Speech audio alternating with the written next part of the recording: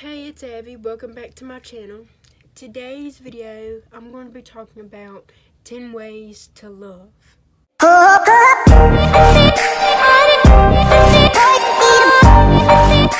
So, if you're new, before we get into the video, make sure you subscribe and turn on the notification bell. And if you'd like to see more videos of this, make sure you give it a like and share if you want. Let's just get into the video. So, I'm gonna go 1, 2, 3, of course, and do the first one, and then for every one of them, there's gonna be a scripture, and I'll read the scripture, and I'll try to explain it a little bit, and then I'll go on to the next one, and the next one. So that's how I'm gonna work. So the first one is listen without interrupting, and the scripture is Proverbs 18. So Proverbs 18.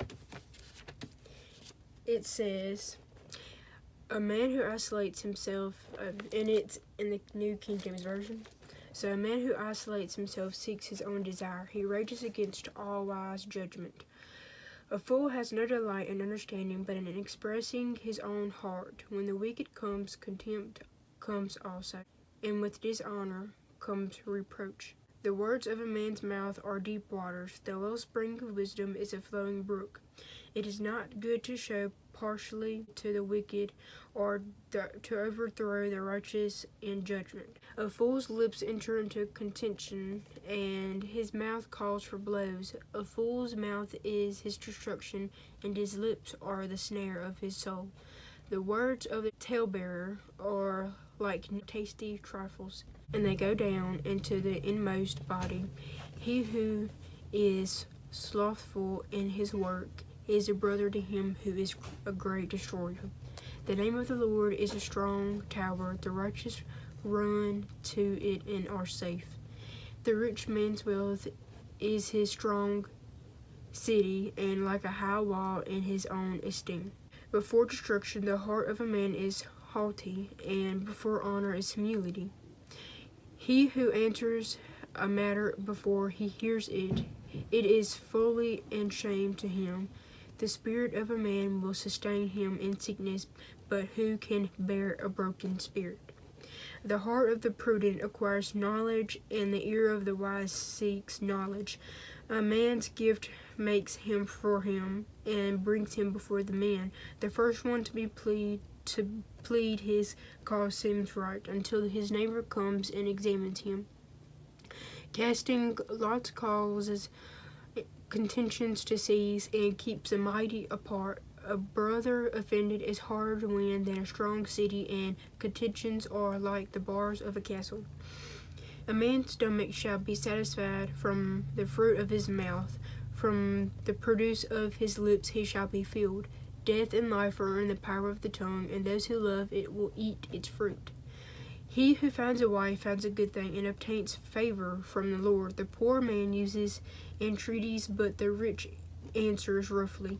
A man who has friends must himself be friendly, but there is a friend who sticks closer than a brother.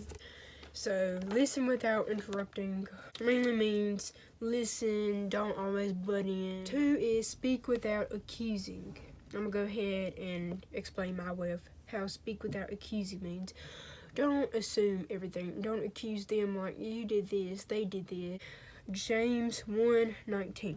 It says, so then, my beloved brethren, let every man be swift to hear, slow to speak, and slow to wrath. The third one is give without sparing. I think this one is give without sparing. Like, give, and when you give them their all without sparing, putting aside to others or side to your own self, and don't be selfish when you're giving. Scripture is Proverbs 21:26. He covets greedily all day long, but the righteous gives and does not spare, does not set aside for them himself, just gives and gives it all. The fourth one is pray without ceasing. Pray and never stop. Your whole day, your whole life should be a prayer.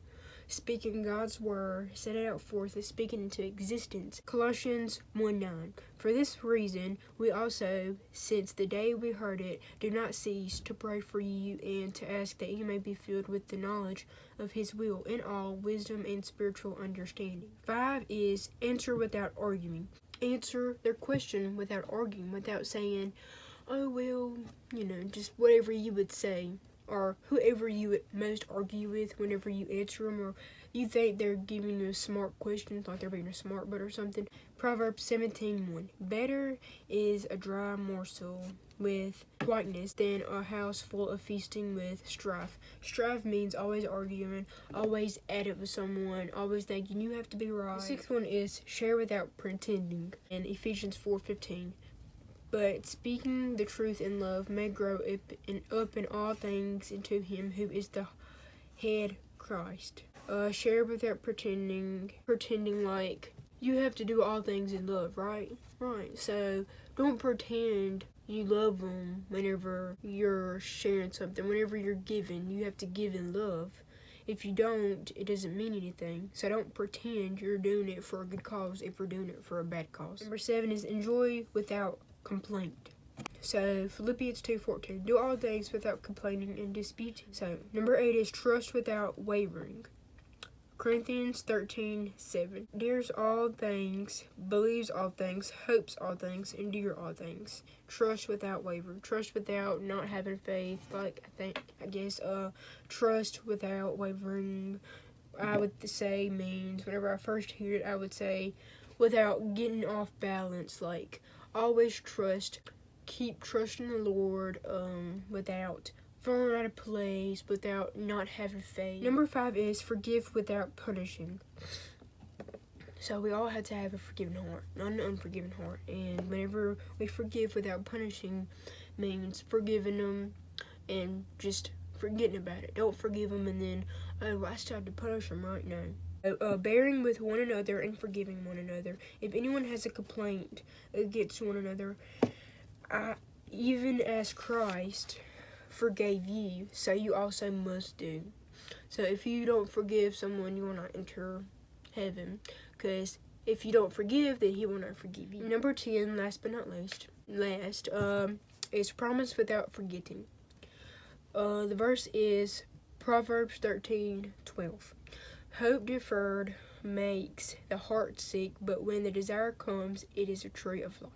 So when the first time I heard this, I would explain it mostly as promise without forgetting, meaning if you make a promise, don't forget to do it. Don't forget it at all. Like if someone will hold you accountable, they'll know, like, hey, you're not supposed to do that. They're holding you accountable, so don't forget the promises you've made. Like, can you keep a promise if I tell you something like that? Okay, you have to keep that promise, and don't forget what they've said. The promise. And it's understandable, and it's easy to learn. All these 10 ways to love. You could love doing so many more things. You could love just giving a smile, showing the love of God, sharing, encouraging others, being a good deed, so someone giving, like just not receiving but giving, because it's important to give more than you receive. That's my 10 ways, and just wanted to share with y'all. If lately y'all have had tough time loving others and you just don't know why, then that's just an overview on some things you can love with scripture backing it up. But yes, that's all. That's my 10 ways of loving, and there's so much more, like I said. But I hope y'all like this video, and before y'all click off, make sure you give it a like if y'all liked it, if y'all want to see more like it, and make sure you subscribe and turn on the notification bell.